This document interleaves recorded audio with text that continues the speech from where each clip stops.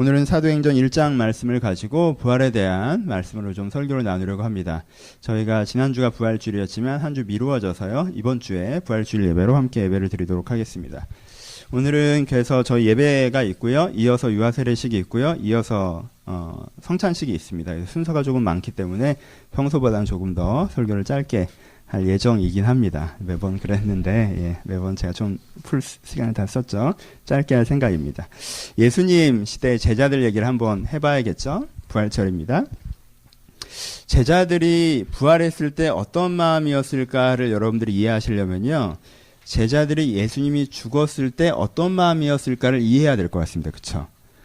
예수님께서 돌아가셨을 때 어떤 마음인지가 생각이 나야 예수님께서 부활하셨다니 그 부분이 해결되면서 기쁨이 온 거잖아요. 그렇죠? 그럼 돌아가셨을 때 어떤 마음이었을까요? 우리 그걸 좀 상상해 봅시다. 맨 첫 번째는 슬픔이었겠죠. 그렇죠? 내가 3년간 함께하던 내 스승, 내 친구, 내 가장 소중하신 분이 지금 저렇게 모진 매를 맞고 짐승처럼 끌려가며 사람들 앞에서 수치스럽게 죽어가는 모습을 보면서 느낄 수 있는 가장 근본적인 감정은 슬픔입니다. 그렇죠? 얼마나 그들이 슬펐겠습니까? 근데 이 슬픔 뒤에는 또 뭐가 있을까요? 두 번째는 분노가 있죠. 왜요? 그 당시에서도요 법치국가였습니다, 여러분. 그 당시도요 법국가였어요. 예수님께서 불법한 행동을 하셨습니까? 아니에요. 그 당시에 말 한마디 신성 모욕적인 얘기를 했다고 잡혀가서 가장 잔혹한 형벌을 받는 경우는 없었습니다. 아무리 그 당시가 그 기준이 무너졌던 사회라고 해도요. 말 한마디 잘못했다고 해서 신성모독적인 발언을 하나를 했다고 해서 그 사람을 끌고 가서 죽이는 법은 없었다는 거예요. 그리고요. 그렇게 처음에 끌고 갔을 때는 예수님께서 신성모독을 했다고 끌고 갔고 그 다음에 빌라도에게 이것을 재갈받을 때는 어떻게 재갈받습니까? 예수님께서 정치적 반역행위를 했다고 해서 사형을 제가받는 거 아닙니까? 그래서 결국으로는 예수님께서 무엇으로 돌아가시는 거예요? 지금 로마를 향한 무장혁명을 일으켰다는 죄목 같은 걸로 지금 돌아가시는 거란 말이에요. 그렇죠? 유대인의 왕이다, 반란자다라고 해서 지금 돌아가신 거란 말이에요. 누구도 그가 반잘난다고 생각 안 했습니다. 예수님께서 어떻게 하셨어요? 로마에 대해서 가이사의 것은 가이사에게, 하나님의 것은 하나님에게. 난 정치적 혁명이 하는 것이 아니라 이런 걸 이미 공식적으로 모든 사람에게 얘기하셨기 때문에 나는 인간 본성의 혁명을 한다고 얘기하셨기 때문에 그 죄목이 틀리다는 것은 모두 다 공감하는 거였어요. 그런데 누가 그렇게 한 거예요? 예수님에 의해서 이해관계에 침해되는 바리새인들, 예수님에 의해서 공격당한 그 당시의 종교적인 주도권자들이 자기의 위치를 지키기 위해서 그들을 공격한 거 아닙니까? 예수를 공격한 거 아닙니까? 이걸 쳐다보고 있는 제자들의 입장에서 얼마나 큰 부당함을 느낍니까? 부당함을 볼 때 사람들의 마음에 느껴지는 건 뭐예요? 분노죠. 이런 부당한 일이 있나? 어떻게 이럴 수가 있느냐라는 분노를 느끼는 것이 제자들의 두 번째 마음일 것입니다. 제자들의 세 번째 마음은요. 제자들의 세 번째 마음은요. 두려움입니다. 왜요? 어떻게 저럴 수 있는가라고 하는 일이 너무 당연하게 행해졌잖아요. 그리고 그 당연하게 행해진 것으로 예수님도 그렇게 비참하게 돌아가셨단 말이에요. 그럼 그 권력의 칼이 누구를 향하겠어요? 나를 향하겠죠. 이게 슬프고 화나는데 무서워요. 얼마나 복잡한 심정인지 아시겠어요? 슬퍼요. 화가 납니다. 근데 저 칼에 나도 당할까봐 무서워요. 숨어 있습니다. 두려운 거예요. 나도 저런 지경을 당할까봐 숨습니다. 두려워요. 네 번째 느끼는 감정은 뭡니까? 그렇게 감정을 느낄 때 나타나는 감정은 무력감이죠. 그렇죠? 무력감이라는 게 뭐예요? 내가 아무것도 할 수 없다는 것을 느낄 때 사람이 느끼는 감정입니다. 내가 슬프고 화나고 두려운데 할 수 있는 게 없어요. 그럼 이때 사람은 더 힘들어집니다. 그렇죠? 슬프고 화나고 두려운데 할 수 있는 게 없어요. 이걸 해결할 수가 없다는 거예요. 어떻게 해결을 합니까? 예수님이 지금 십자가에 달려 돌아가시는데 거기서 뛰쳐나가서 그 십자가를 붙잡고 끌어내릴 수가 있습니까? 예수님께서 매맞으면서 끌려가시는데 거기서 가서 나를 대신 때리시오라고 달려들 수가 있습니까? 대제사장한테 달려가서 네가 이럴 수가 있느냐고 소리를 지를 수가 있습니까? 아무것도 할 수가 없어요. 아무것도 할 수 없이 골방에 숨어 있단 말입니다. 이때 사람들이 느끼는 무기력함. 여러분, 분노보다 무거운 게 무력감입니다. 사람들이 무력감을 느낄 때는요, 아무것도 하지 못해요. 멈춰버린다는 거예요. 무기력함, 무력감을 느낍니다. 그 다음에 느끼는 감정이 있죠. 그 다음에 느끼는 감정이 뭐냐면요, 실망입니다. 왜? 예수님이 그렇게 죽을지 몰랐잖아요. 그럼 어떻게 출발하는 겁니까? 바리새인들이 못되는 사람들이란 거 몰랐어요? 로마 권력이 대단하다는 거 몰랐습니까? 아니요. 이 제자들은 그런 거 다 알았어요. 로마 권력은 대단하고요. 그 무력은 우리가 어떻게 할 수 있는 무력이 아니고요. 그리고 이 바리새인들도 왜곡된 사람들이고 형주기적인 사람들이라는 걸 다 알았어요.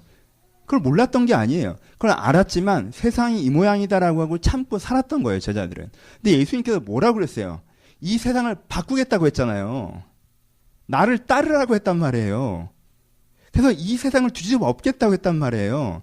내가 너를 사람 닦는 업으로 만들겠다고 하셨고요. 내가 하나님이 보신 메시아라고 하셨고요. 메시아라는 단어가 뭐예요? 그리스도의 단어가. 죄악되고 무너진 세상과 사람들을 뒤집어 엎어서 새로운 세상과 사람으로 만드는 게 메시아 아닙니까? 내가 이 로마의 정치 권력, 이 로마의 군사 권력이 대단해 보이냐? 이 바리새인들의 정치 권력이 대단해 보이냐? 내가 세상을 바꿀 것이다. 회개하라. 천국이 가까웠다라고 하셨단 말이에요. 그걸 듣고 따라간 거예요. 그걸 보고 따라간 거란 말이에요. 세상이 그지 같다는 걸 몰랐던 게 아니에요. 그 그지 같은 세상을 예수는 바꿀 수 있다라는 걸 믿고 따라갔단 말이에요. 그 사이에 예수님 얼마나 당당하셨습니까? 바리새인들에게 독사의 자식들이라고 두려움 없이 하시고 로마에 대해서도 할 말들 다 하시고 진짜 바른 말 하시면서 나가지 않으셨습니까? 그러니까 와 역시 예수님 겁 없다. 대단하다. 예수님이 저런 걸 두려워하지 않는구나 라고 했는데 막상 로마의 권력이 딱 등장했을 때 바리새인들의 정치력이 딱 등장했을 때 예수님께서 그것을 어떻게 하셨어야 돼요? 원래 제들의 상상에선 바리새인들의 괴계를 깨시고 로마의 굴력을 꺾으시면서 그가 하나님의 메시아 되심을 드러내셔야 될 거 아닙니까? 근데 예수님께서 어떻게 하십니까? 바리새인들의 얄팍한 정치적인 술수에 놀아나시죠? 로마의 군사력 앞에 꼼짝없이 끌려가시고 그가 아무것도 해내지 못한 채 죽어버리지 않으셨습니까? 제자들은 그 십자가 도상 옆에 서서 그래도 예수가 무엇인가 하지 않을까라는 일말의 희망을 갖고 서 있었을 거예요. 왜요? 다른 사람들도 이제까지 예수가 일으키셨던 이적들 때문에 보라, 저가 어떻게 하는지 보자라는 마음이 있었다라는 거예요. 다른 대중들도 혹시나라는 마음이 있었어요. 제자들에게 없었겠습니까? 예수가 결국 맨 마지막에 저 십자가에서 갑자기 더 이상 못 해먹겠다고 못을 뽑고 내려오시던가 갑자기 하늘에서 천둥 번개가 치던 여기 있는 사람들이 다 불타 죽고 예수가 갑자기 흰 옷을 입고 올라가시던가 뭐 이런 엄청난 일이 벌어질 줄 알았어요. 근데 어떻게 하십니까? 일반적인 사람들보다 더 빨리 죽으십니다. 십자가상에서 체력이 약하셨는지 돌아가 버리셨어요. 실망되지 않겠어요? 이게 대단한 건 줄 알았더니 이게 아무것도 아니었나? 난 이거 믿고 했는데 이게 아니었나? 실망했죠. 실망한 사람한테 뭐가 듭니까? 후회가 들죠. 내가 괜한 짓을 했구나. 내가 괜한 짓을 했구나. 내가 처음부터 따라 나설 일이 아니었는데 따라 나섰구나. 내가 이걸. 내가 시작할 일이 아닌 걸 시작했구나. 내가 잘못 생각하고 잘못 추구하고 엉뚱한 데 와 있구나. 슬픔으로 시작해서 제자들의 맨 마지막에 봉착하는 장면은 어디냐면요. 무력감과 함께 후회입니다. 그렇죠? 의심과 후회, 실망, 의심, 후회. 내가 괜한 짓을 했다. 예수님 말이 맞지. 예수님 말이 다 맞아. 예수님이 입 바른 소리 하셨지. 근데 세상이 그렇게 녹록해요? 입 바른 소리 한다고 그렇게 돼요? 내가 그래서 맞는 소리하고 입 바른 소리하고 결국 어떻게 되는 거야? 그 세상에 죽는 거예요. 그 세상에 공격한단 말이야. 그걸 막을 수 있고 바꿀 수 있어야 메시아인 거지. 그걸 막을 수 있고 바꿀 수 있어야 그게 성령의 권능인 거고 하나님의 능력인 거지. 논리적으로 이론적으로 이렇게 하는 게 좋다라는 말은 누가 못하냐고. 근데 내가 그 30살 청년의 그 말에 내가 휘둘려서 그 이상주의적인 말에 휘둘려서 내가 이 현실에 대한 감각을 잃어버리고 따라 나섰다가 지금 까딱하다 나도 죽게 생긴 거란 말이에요. 슬픔으로 시작해서 분노가 일어나고 분노하지만 자기가 아무것도 할 수 없는 것들에 대해서 무력감을 느끼고 그렇잖아요. 두려움을 느끼고 무력감을 느끼고 그 가운데 실망하고 회의가 들고 의심하게 되는 후회하게 되는 예수님의 죽음 앞에 선 제자들의 심령이라는 건 이런 심령입니다. 그래서 그들이 어떻게 하지도 못하고 다락방에 숨어 앉아가지고 이제 앞으로 우리는 뭘 어떻게 해야 되나 라는 혼돈에 빠져서, 하지만 길거리에 당당히 서지도 못하고 누가 나를 또 알아보고 고소할까, 누가 나를 언제 잡으러 올까 라고 두려움에 떨고 있는 것이 이들의 심령이라는 것입니다. 우리도 예수의 죽음을 경험합니다. 우리도 삶에서 예수의 죽음을 경험합니다. 그렇잖아요. 예수님이 하나님이 이런 분이시고 하나님께서 세상을 주관하시고 인생을 주관하시고 세상을 바꾸시고 고치시고, 우린 이런 어떠한 긍정적인 낙관적인 어떤 사고의 틀을 가지고 신앙을 시작했을 수 있습니다. 이제부터 하나님께서 내 인생을 바꿔가시겠구나. 이제부터 하나님께서 내 내면을 바꿔가시겠구나. 하나님께서 이 세상을 바꿔가시겠구나. 라고 내가 그런 하나님의 낙관을 가지고 신앙을 시작합니다. 근데 조금 해봤는데, 신앙생활이라고 좀 해봤어요. 내가 예배도 드려보고 성경 공부도 해보고 기도도 해봤는데 내 내면이 변화되지 않습니다. 내가 하나님으로 세상을 바꾸어 보려고, 삶을 바꾸어 보려고 내 인생의 기준을 바꿔봤어요. 전처럼 내가 방탕하게 놀지도 않고 부당한 생각을 하지도 않고 내가 이기적으로 살아가지도 않고, 뭔가 그래도 세상 사람들보다는 중심 잡힌 이타적인 하나님을 추구하는 기준의 사람으로 살려고 남들보다 불편함을 감내하면서까지 그런 신앙적 생활을 해봤어요. 일상생활에서. 그는 삶의 현장이 변하고 내 삶이 풍요로워집니까? 그렇지 않더라는 거예요. 그럼 내가 그렇게 살아냈을 때 그럼 세상이 바뀌더냐? 세상이 바뀌기는커녕 그 세상이 나를 비웃고 그 세상이 나를 어리석다고 하고, 그래서 그렇게 몇 년을 지나고 돌아보면 내가 괜히 이것저것 고려하고 살다가 남들보다 결과도 부족하고 성과도 취약하고 내가 왠지 허송세월한 분이 많은 것 같은 그런 삶의 지점대로 우리가 도착할 때가 있다는 것입니다. 그런 개인사의 경험을 바탕으로 해서 눈을 들어 세상을 보니 어때요? 세상이 주의 뜻대로 흘러가고 있어요? 아니더라는 거예요. 세상은 세상 방법대로 흘러가고 있더라는 거예요. 눈을 들어 세상을 보니 믿음의 선배들이 이 인류 역사를 바꾸고 있습니까? 아니더라는 거예요. 믿음의 선배들 보잘것 없더라는 거예요. 그쯤 되면 무슨 생각이 들어요?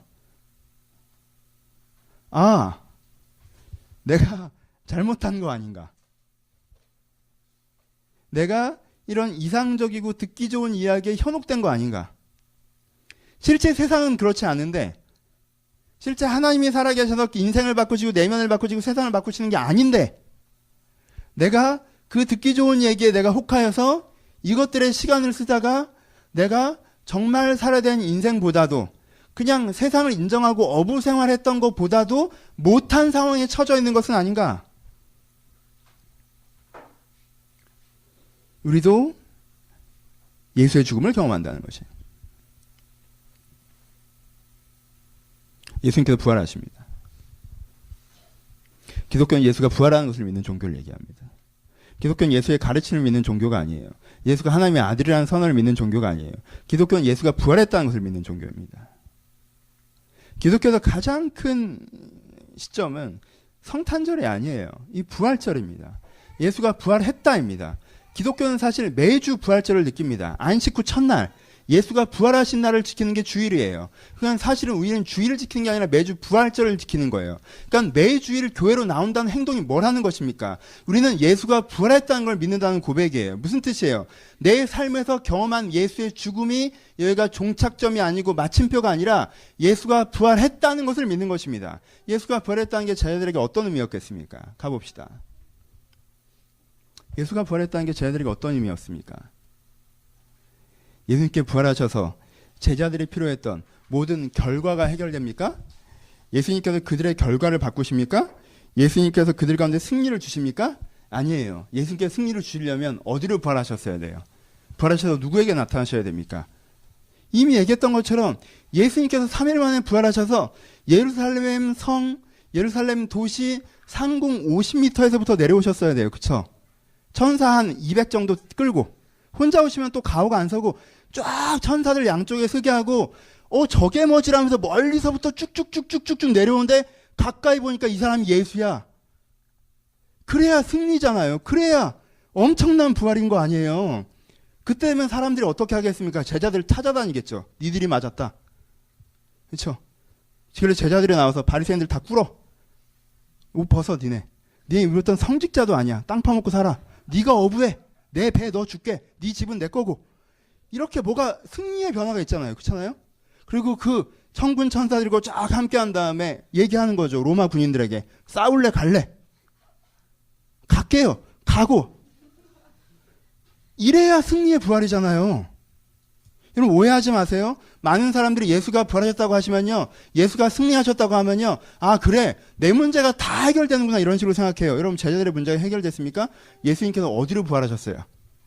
어디에 부활하셔 나타나셨습니까? 굉장히 조심스럽게 여자들한테 나 부활했다? 가서 얘기해. 쟤네들은 또 못 봤어요. 좀 이따 쟤네들 뭐 했는데 그때 딱 나타나셔서 평안히 있으라. 제자들에게. 그렇죠?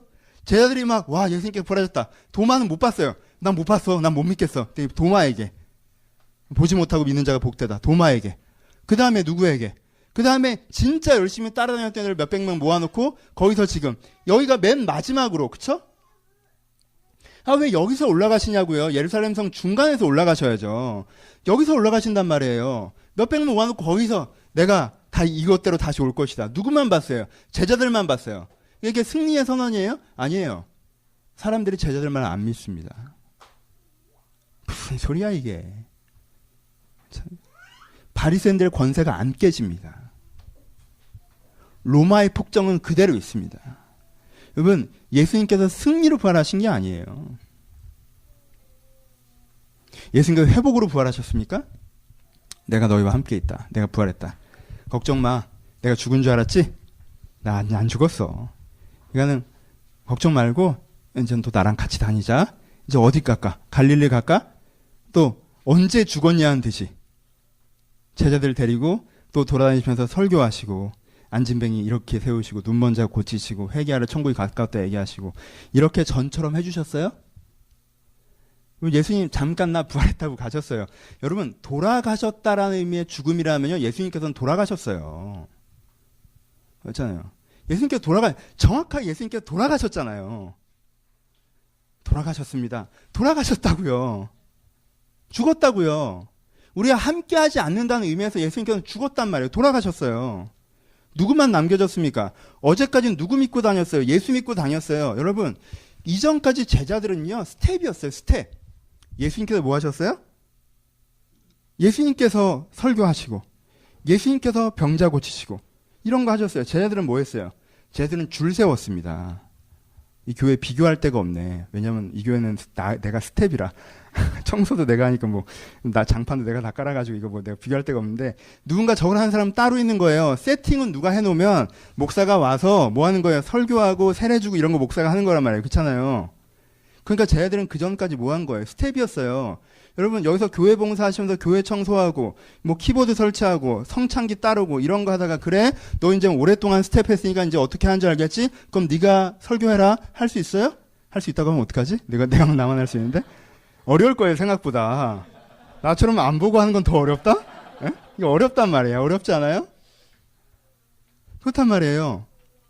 근데 제자들이 예수님께서 부활하신 다음에 옛날처럼 예수님께서 주도하시고 제자들은 따라다니기만 하면 됐어요? 아니에요. 예수님은 가버리셨어요.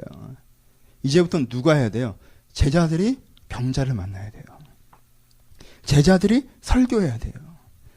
내가 직접 바리새인들의 핍박과 대면해야 돼요. 내가 공회로 잡혀가야 되고요. 내가 로마인에게 끌려가야 되고요. 그렇죠? 그러니까 예수의 부활이요. 복원의 부활이 아니었어요.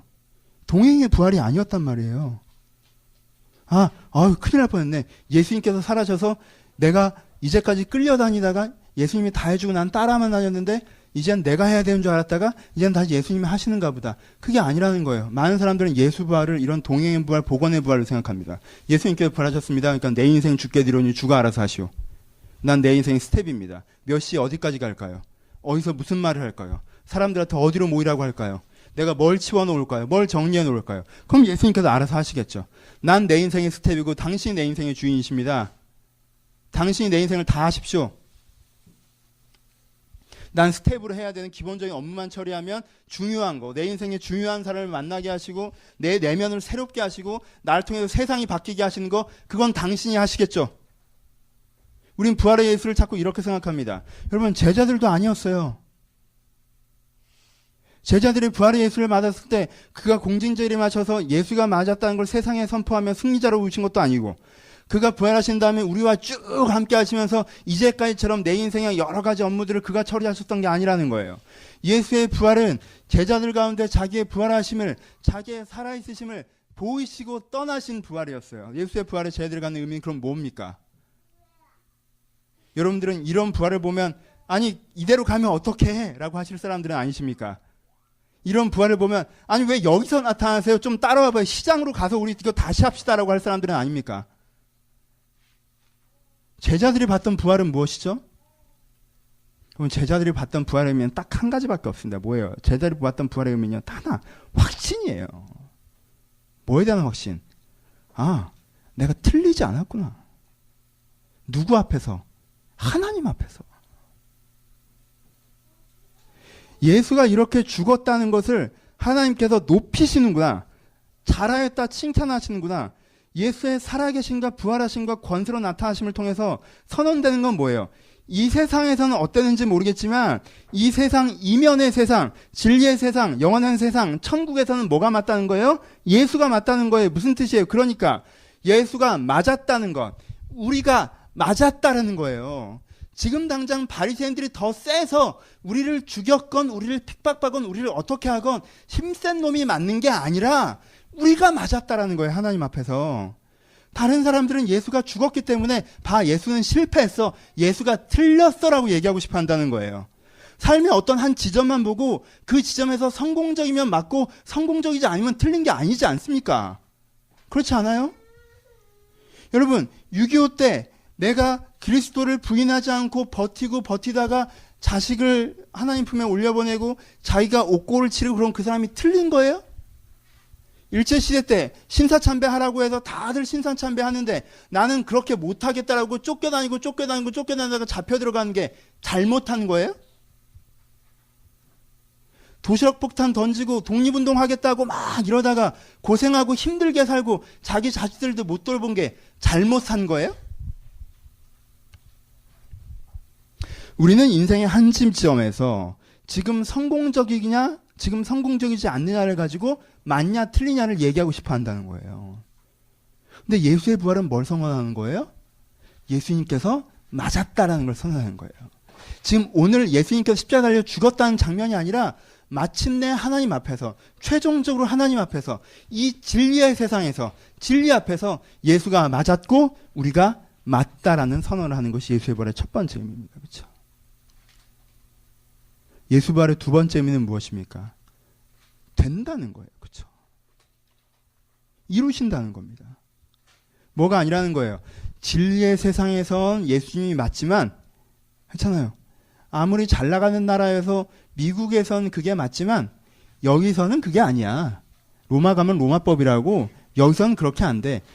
예수님이 맞지만 세상은 세상 법대로 돌아가. 그래서 이 땅에는 예수가 와도 죽는 걸로 끝나. 안 돼. 그건 죽은 다음에 하나님의 법대로 되는 거지 이 땅은 그렇게 안 돌아가 라고 얘기하지 않는다는 거. 왜요? 예수님께 어떻게 선언하십니까? 내가 십자가에 달린 게 실패한 거다? 내가 십자가에 달린 게 실수한 거다? 내가 십자가에 달린 게 무능한 거다? 무기력한 거다? 아니, 내가 원래 십자가에 달리려고 했다라는 거. 왜? 너희들은 나를 공격하고 너희들은 나를 미워해도 나는 죽기까지 너희를 떠나지 않는다는 너희들을 향한 피 흘림의 사랑을 선포하려고. 나는 설교한 것이고 난 메시지를 전한 것이고 난 계시를 전한 것이고 하나님의 마음을 너희가 전한 거야. 그게 제일 중요한 거야. 왜? 예수님께서 이 세상을 치유하시는 치유자라는 건 이미 선포하셨고 예수님께서 무엇이 맞다라고 된 진리도 이미 설교하셨어요. 그러니까 내가 이 땅에서 너희가 해야 되는 마지막 가장 중요한 선언이 뭐냐면 나는 너를 사랑한다라는 선언을 해야 하는데 그 사랑을 뭘로 선언하셨다는 거예요? 십자가의 죽으심으로 선언하신 거라는 거예요. 그러니까 우리가 오해한 거, 제자들이 오해했다는 거예요. 아, 예수님이 맞긴 한데 안 됐던 게 아니라 예수님께서 해야 한 그것을 하셨던 거구나. 근데 우리는 왜 그게 실패했다고 생각했어요? 왜 그게 실패했다고 생각했어요? 그거 불편하니까. 그거 고생스러우니까. 그러니까 결국 문제가 뭐였다는 걸 제자들이 느낀 거예요. 아, 내 눈이 틀렸구나라는 거죠. 내 시각이 틀렸다는 거죠. 쟤들의 시각이 어땠다는 거예요.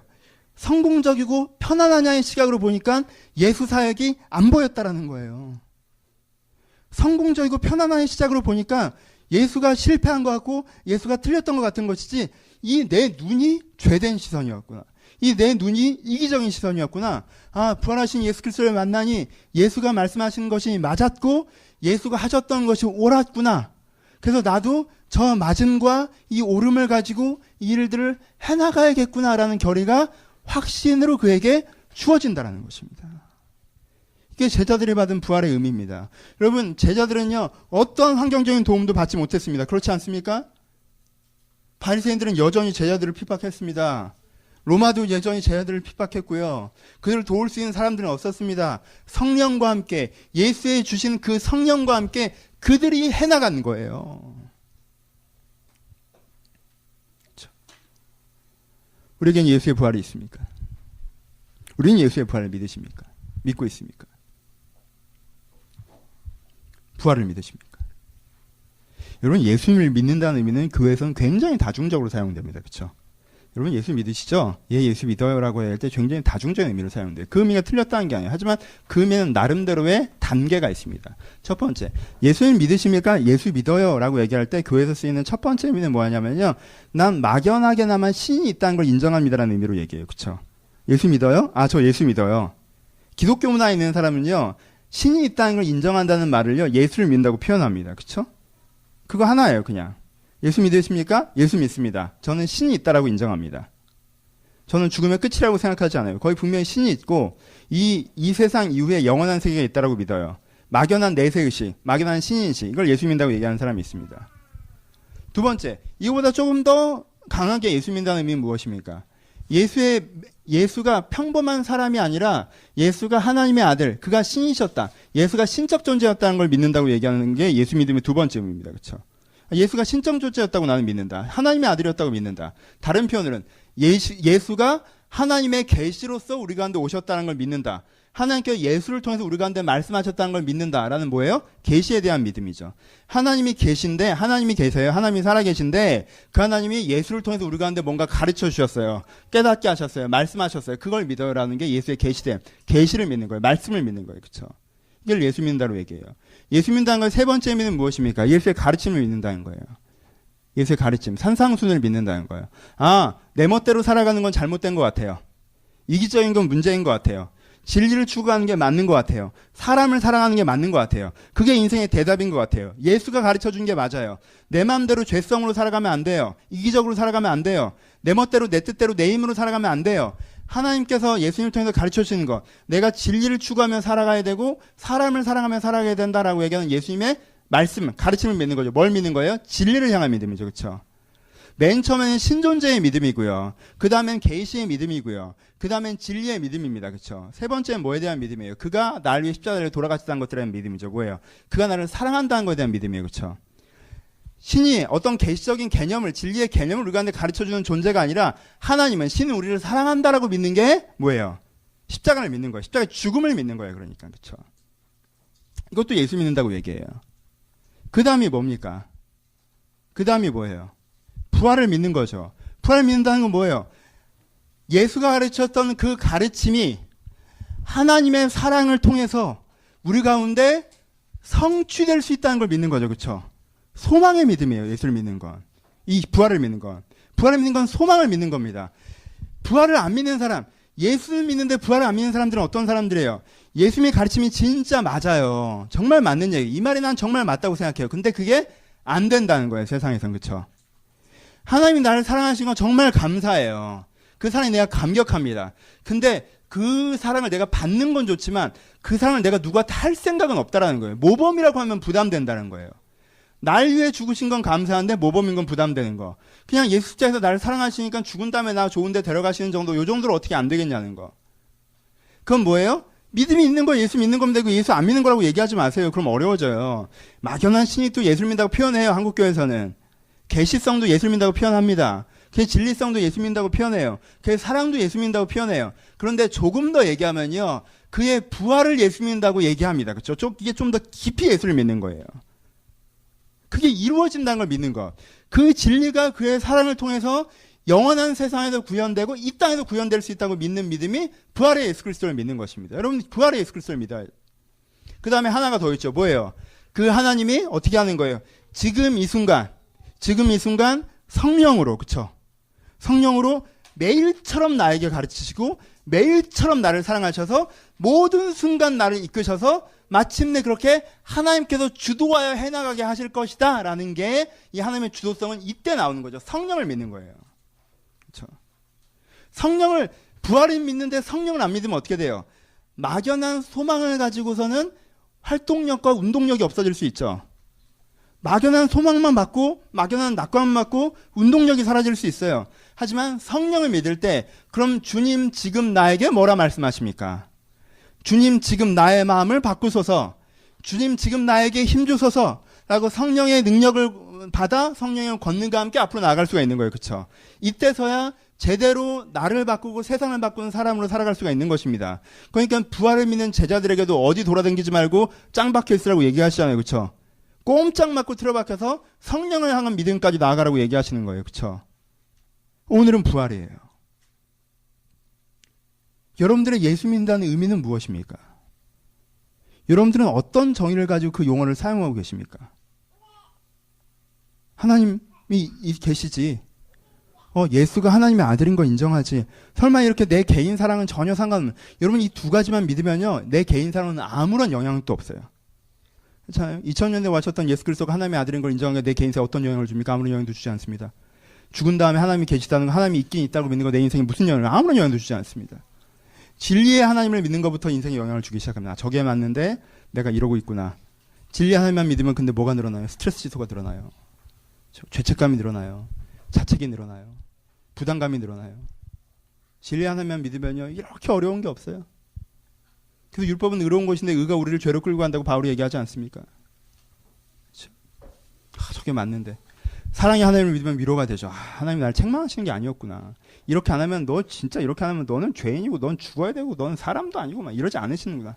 나를 걱정하시는구나. 나를 챙기시는구나. 나를 아끼시는구나. 나를 위로하시는구나. 여러분 이렇게만 가도요, 운동력은 없어요. 사람이 바뀌어요? 안 바뀌죠. 저게 맞아. 근데 난 그렇게 못한다? 하지만 난 나쁜 놈은 아니야. 이게 끝이에요. 저게 맞아. 그렇게 못해. 하지만 그렇다고 내가 악인인 건 아니야. 하나님과 함께 조금씩 해봐야지. 여기서 끝나는 거예요.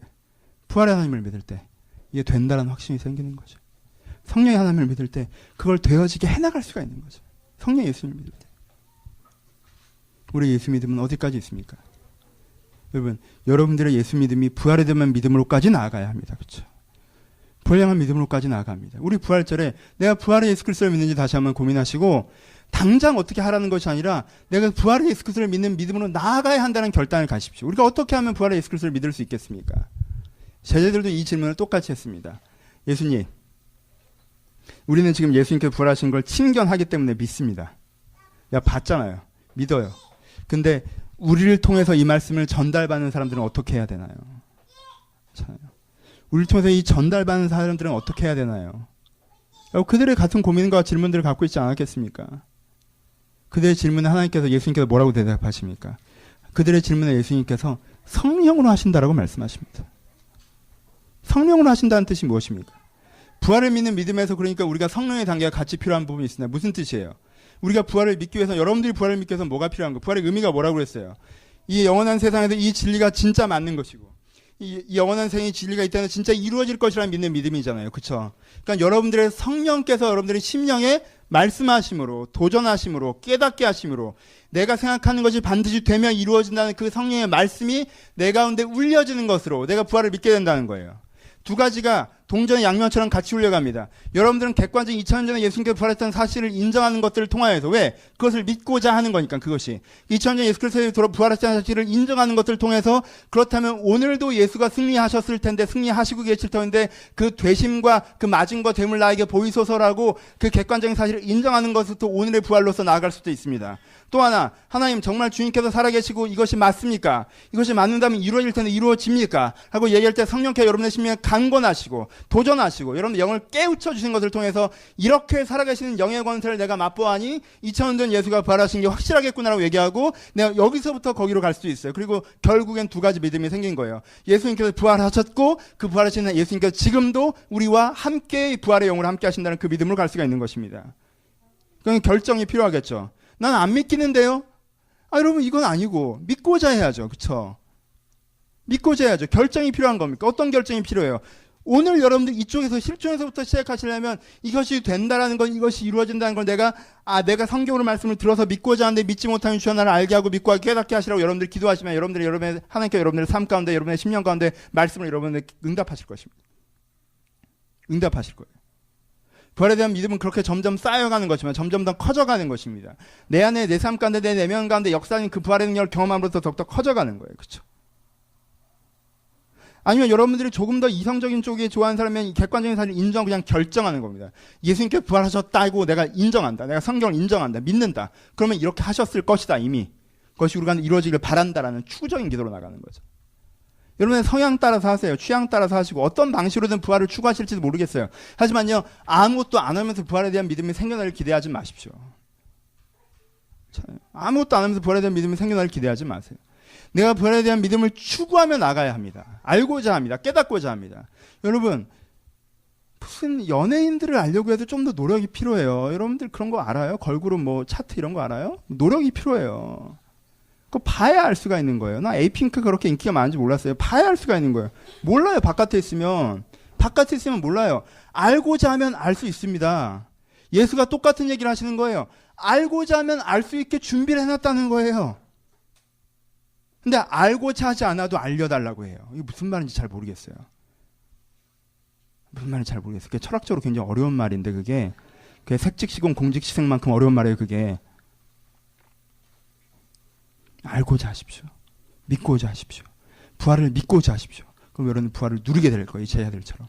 혹시 여러분은 신앙생활을 해오시다가 예수의 죽음에서 멈춰 계신 분들 계십니까? 그 다락방에 있는 제자들처럼 내가 이게 맞는 것 같았고 이게 좋은 말인 것 같았고 이렇게 한번 해보려고 했는데 세상에선 이렇게 안 되는구나. 인생은 이렇게 안 되는구나. 삶의 현장이 이렇게 안 되는구나. 이렇게 예수의 죽음 앞에 서 계신 분들 계십니까? 예수님의 죽음 앞에 서 있는 사람들의 가장 큰 문제는 뭐냐면요. 이게 된다는 걸 현장에서 보이세요. 그럼 내가 믿을게요라고 얘기하는 거예요. 무슨 뜻이에요? 예루살렘 성 꼭대기에서부터 내려와봐요. 그럼 내가 믿을게라고 얘기하는 거예요. 살아서 나랑 같이 돌아다니면서 내 문제를 다 해결해줘요. 그럼 내가 믿을게라고 얘기하는 거예요. 여러분들은요. 그렇게 얘기하신다면요. 이 현장에 있었어도 부활하신 예수 그리스도는 안 믿었을 사람이란 뜻이에요. 이렇게 나타나는 건 됐고 예루살렘 상공에서 내려와봐. 그럼 믿을게라고 얘기할 사람들이라는 거예요. 여러분 예수의 부활이라고 하는 이 제자들이 예수를 저주하고 그랬던 게 어리석어 보입니까?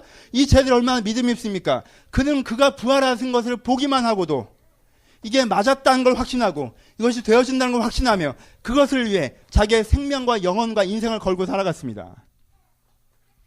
그건 여러분들이 선택하는 거예요. 내가 제자가 될 것인가 제자가 되지 않을 것인가. 제자됨을 선택하십시오. 부활의 제자됨을 선택하십시오. 초기에 예수님을 따라다녔던 사람들, 예수가 병 고쳐주니까 신기해서 내 병도 고쳐주겠다고 따라다녔던 사람들, 예수 앞에 사람들이 모이니까 따라다녔던 사람들, 와, 이 무브먼트 속에 들어가니까 이 공동체가 너무 더 새롭고 뭔가 세상을 바꾸는 사람들이라는 모임이 되게 먼저 자부심이 느껴진다. 그래서 따라다녔던 사람들, 예수님이 하셨던 말이 마음에 들었다면 참 저게 정확한 해석이야. 구약 바리새인들이 이상하게 가르쳤는데 저가 하는 말은 권위가 있다. 저가 하는 말은 정확한 해석이다. 저 말씀이 맞다. 이렇게 따라듣던 사람들은요. 예수의 죽음 앞에 다 예수를 떠나갑니다. 누구만 예수 옆에 남습니까? 부활의 그리스도를 본 자들이 예수 옆에 남습니다. 여러분들은 어떤 제자입니까? 기적을 보고 따라다니는 간증거리의 제자입니까? 설교를 보고 따라다니는 이론의 제자입니까? 분위기를 보고 따라다니는 공동체의 제자입니까? 아니면 예수의 부활을 보고 살아가는 영혼의 제자입니까? 내가 예수의 영혼의 제자가 되기를 결정하고 그 부활의 산소망을 내 것으로 갖고 살아갈 때 예수님께서 오늘도 여러분의 삶 가운데 부활하실 것입니다. 그 부활의 권능을 우리가 깨달아야 됩니다. 그 부활의 권능이 우리를 살게 하는 것입니다. 그 부활의 권능으로 살아가셔야 되는 것입니다. 한 가지만 얘기만 더 하고 말씀 마칩시다. 인생에는 네 가지 종류의 삶이 있습니다. 이기적인 성공의 삶이 있습니다. 여러분 이기적으로 살아서 잘 된 애들이 있어요. 많아요. 이기적으로 살아. 쟤는 진짜 나쁜 애인데 잘 됐어. 시편에도 그런 사람들을 적어놨습니다. 그 사람들은 자기의 기대보다 소득이 더 많고 죽을 때도 평안하며 이렇게 기록된 기록들이 있어요. 시편 저자가 그 기록을 적으면서 내가 그 사람을 보고 속 뒤집어져서 하나님을 안 믿었을 뻔했다라고까지 얘기했어요. 어떤 사람들이 있어요. 내가 이기적으로 성공한 사람들을 봐요. 그렇죠?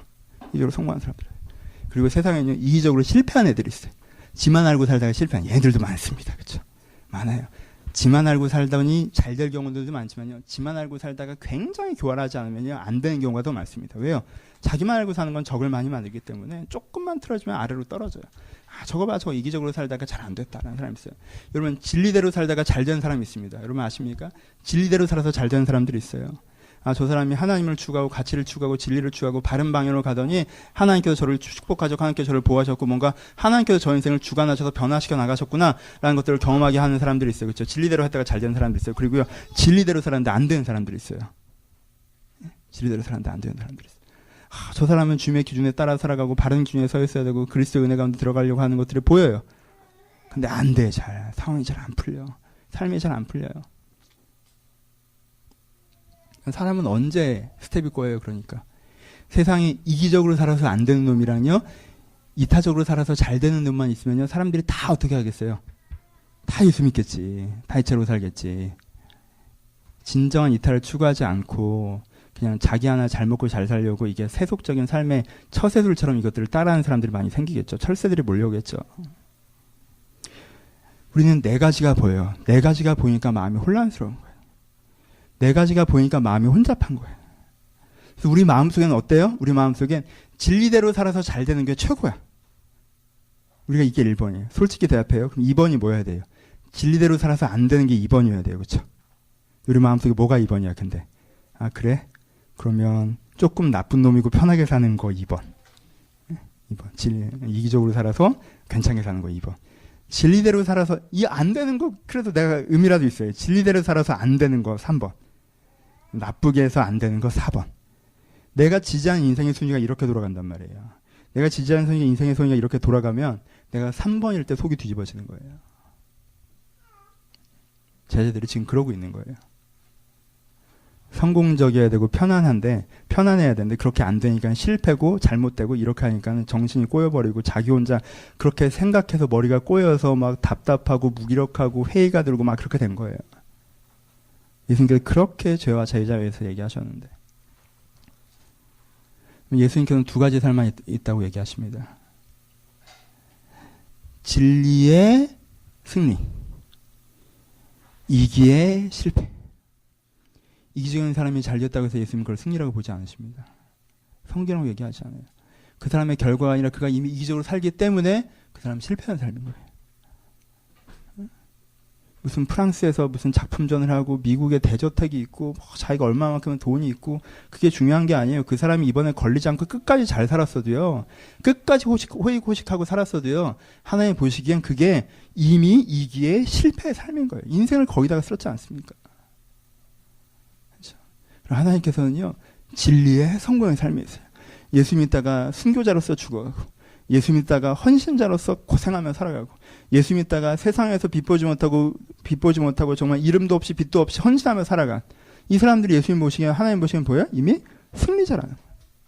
예수님을 통해서 세상을 좀 더 나은 곳을 만들고 선한 영향을 미치고 이 사람도 하나님 보시기엔 승리자라는 거예요.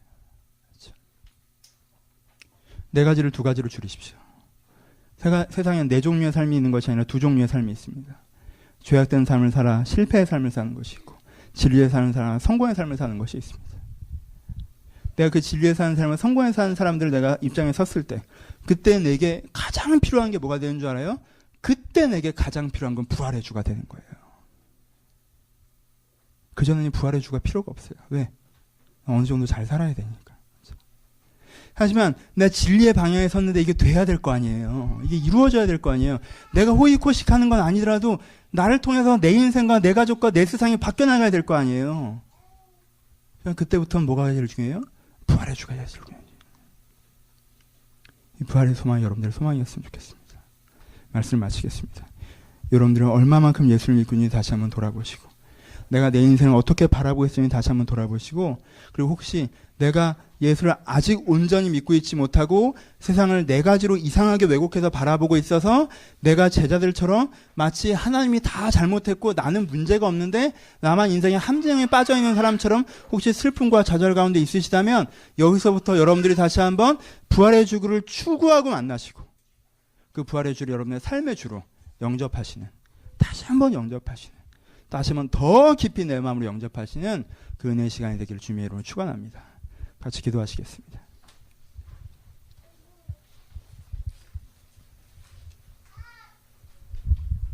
묵상하며 고백하며 들을 말씀을 생각하시면서 기도하셨으면 좋겠습니다. 나는 어떻게 예수 믿고 있나? 내가 예수 믿는 의미는 무엇인가? 정죄하지 마세요, 절대. 여러분, 사람은 다 성장의 과정에 있는 것입니다. 여러분들 어디에 있는지 정확하게 거기 한번 서보세요. 그리고 우리 한 단계 올라섭시다. 난 진리의 예수를 믿나? 난 사랑의 예수를 믿나? 난 부활의 예수를 믿나? 난 성령의 예수를 믿나? 내가 거기 쓰셔서 지금 내가 여기서부터 더 깊게 주를 믿기를 소원합니다. 더 깊이 주님의 알기를 소원합니다. 나에게 허락하여 주시옵소서 하고 기도하셨으면 좋겠습니다. 한 가지 더 기도하실 때, 주여, 주님께 이미 부활하신 걸 내가 믿는데 내가 아직 잘 모르오니 부활을 알게 하여 달라고, 내가 부활을 알게 하여 달라고, 내 마음에 살아나시는 그 부활의 영광을 내가 알게 하여 달라고, 이 두 가지 기도 제목 가지고 우리 묵상하시면서 고백하시면서 5분 정도 함께 기도하기를 소원합니다. 기도하겠습니다.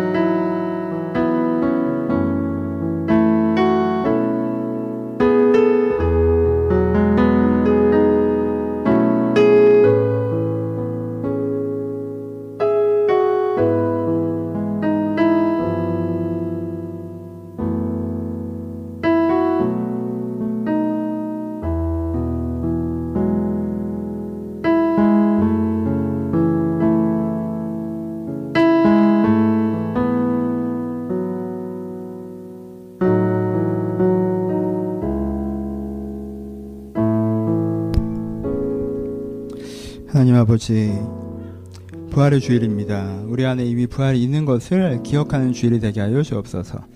아버지, 내가 부활을 믿습니다. 주님, 내가 하나님께서 가르쳐주신 어떤 이론을 믿는 것이 아니라 하나님께서 나를 그저 사랑하시고 호의를 베푸시다고 하는 그 마음만 믿는 것이 아니라 하나님의 그 뜻이, 하나님의 그 사랑 안에서 이루어질 것을 믿습니다. 예수가 부활하셨고 예수가 승리하셨고 예수의 부활과 승리를 이 세상에서 만들어 가심을 믿습니다.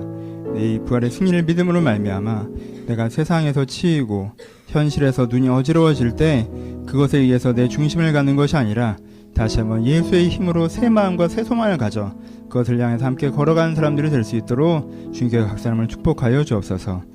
하나님, 주가 양식되지 않으시면, 주가 저의 삶에 공급되지 않으시면 주님의 진리만 붙잡고 주님의 사랑을 믿는 것으로 저희가 걸어갈 수가 없습니다. 오늘도 나에게 소망의 양식, 부활의 양식이 되셔서 내 잃어버린 방향이 다시 한번 새롭게 살아나게 하시고 내 상처받은 심령이 새롭게 치유되게 하시며 내 말라버린 삶의 길에 다시 한번 주님께 생명수를 흐르게 하시는 그 역사 우리 삶 가운데 이루어지게 하여 주옵소서. 아버지, 저희가 이 땅에 일어난 일을 여전히 보면서 저희가 안타까워하며 눈물을 흘리고 있는 것도 주님 앞에 고백합니다. 주여, 저희가 죽음을 보며 실망하고 원망하고 좌절하고 있는 것을 저희가 봅니다. 여기서부터 하시면 다시 한번 주의 부활을 보길 소나오니 이 땅에도 주님의 위로를 내려 주옵소서. 이제는 우리 주 예수 그리스도의 은혜와 하나님 아버지의 사랑하심과 성령님의 교통하심이 오늘도 주님의 부활을 믿으며 믿고자 하며 주 앞에 나아가는 모든 심령 가운데 이제로부터 영원토록 함께 있을지어다. 아멘. 축복하시면 주님의 일을 하겠사오니 축복하셔서 아멘 드릴 수 있도록 주님의 은혜를 더하시고 성령을 가여 주셔서